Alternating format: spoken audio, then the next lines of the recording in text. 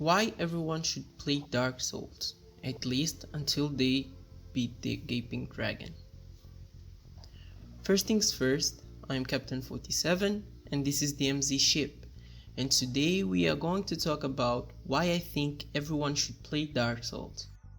For those who are living under a rock, Dark Souls is a 2011 action RPG game developed by From Software and published by Bandai Namco, mostly known by its difficulty. Dark Souls got a remaster in 2018 and I recommend you play this version if you can, because it received improved visuals, frame rate, gameplay tweaks and quality of life changes that should make the experience a bit better than the original. Before we get to why I think everyone should play Dark Souls, let me tell you my story with the game.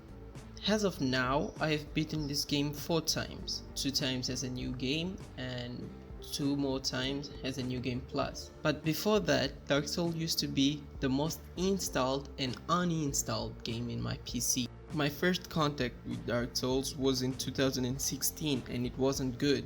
I died 1,000 times to the Asylum Demon and I had to Google my way out of there. When I got to the Firelink Shrine, I went to the most visible path and it didn't go well. I faced the skeletons and they wrecked me more times than I can count, and when I finally killed 1 or 2 of them, seconds later they were back up. For the first 3 or 4 times I uninstalled the game for the same reasons.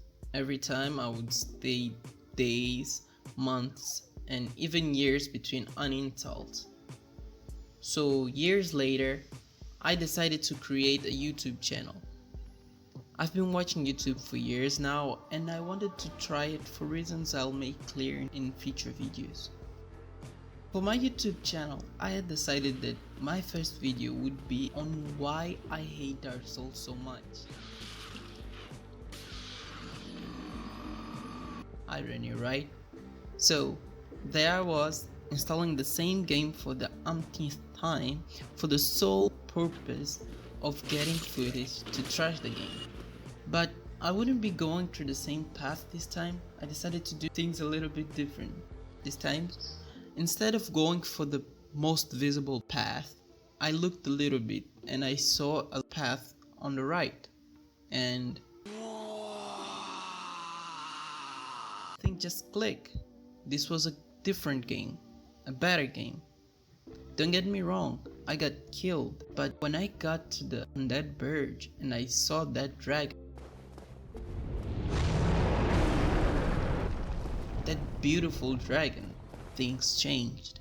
Remember, I didn't say things got easy, things just got fair. I still died a lot, but I wanted more footage so I continued. The Taurus demon was easy and I was starting to feel good. I was starting to like the game.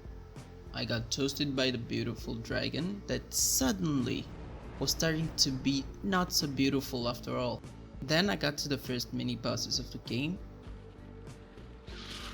the sewer rats, and I don't care what anybody says, those rats were mini bosses for sure.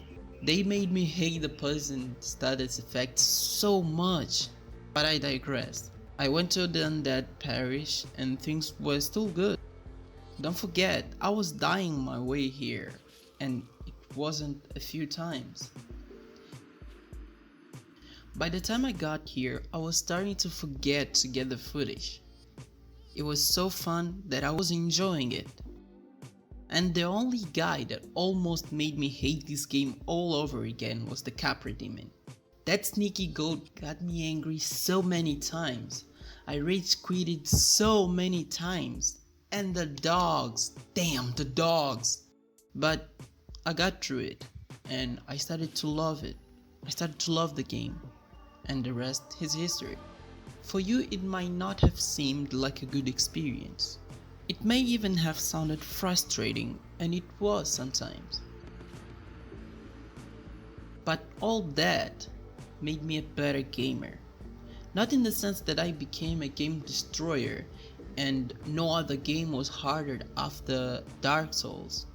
No, but in the sense that I started to see difficulty as a great part of games. All in-game deaths became XP points in real life, XP points that I could use in other games. I started to be more daring when facing challenges. I started to like challenges, taking risks and all. Gaming became more fun. That's why I beat this game so many times. That's why I love it so much. I did beat Dark Souls 2, but that's a story for another video. If you wanna hear about it, please comment. And unfortunately, I have a low specs PC, so I couldn't beat Dark Souls 3 nor the remastered Dark Souls 1. I have played Dark Souls 3 and Elden Ring in a friend's PC, and I love both. But going back to today's topic, the reason I recommend that all players, all gamers play Dark Souls is that you will have a different understanding of games. So why up to the Gaping Dragon, you might ask? And the reason is simple. He is the first of the giant bosses. Although there aren't many of this type of bosses in Dark Souls 1, it is very satisfying to beat this kind of bosses. If you succeed in beating this boss, I believe you would have gotten a taste of the XP points that I was talking about. And that taste is kind of addicting.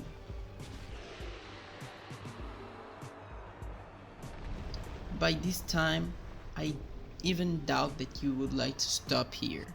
But if you wanna stop, it's okay. I am sure that by this time, your perspective on games will have changed.